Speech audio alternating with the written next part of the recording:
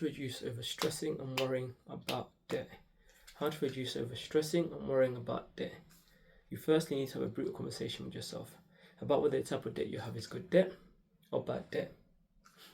Good debt, simply put, brings money into your life and builds assets. Bad debt builds liabilities. It takes money out of your pocket every single month.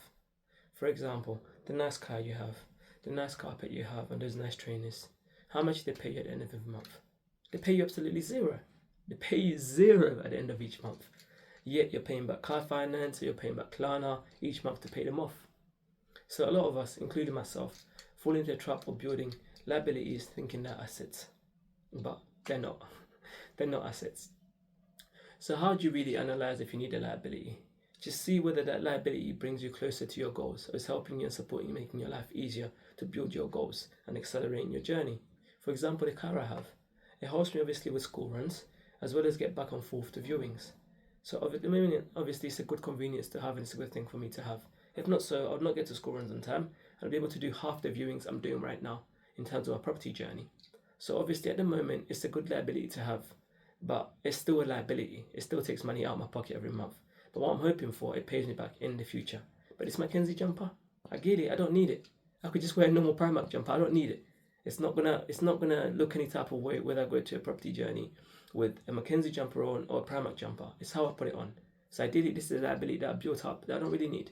And obviously I've learned that now. So I don't really buy these things. You know what I mean? I don't buy them anymore, but I used to. And obviously that's my journey and that's me learning. So be honest with yourself about the type of debt you have and whether it's good debt or bad debt. The biggest investment, if you're just like me, where you have a high column of liabilities versus assets, is to work on yourself right now. Your biggest asset is yourself. You are your biggest asset. If you grow your knowledge and your skills, you can definitely build your knowledge and attain more assets, and therefore generate more income and attain more assets. And that's by building your knowledge and skills. So your biggest investment is in yourself. And as you see, obviously, yourself grow and grow and grow as you invest more and more in yourself, your mind become at ease and be able to take out more loans. Like, yeah, I'll take out more loans to invest in that course, knowing it's going to pay off rewards. It's going to pay off massively in building in yourself. So yeah, have that brutal conversation with yourself. If you're picking up a lot of liabilities, just stop and freeze and wonder why. Why do I need this liability? If you don't, then don't get it. Don't get it.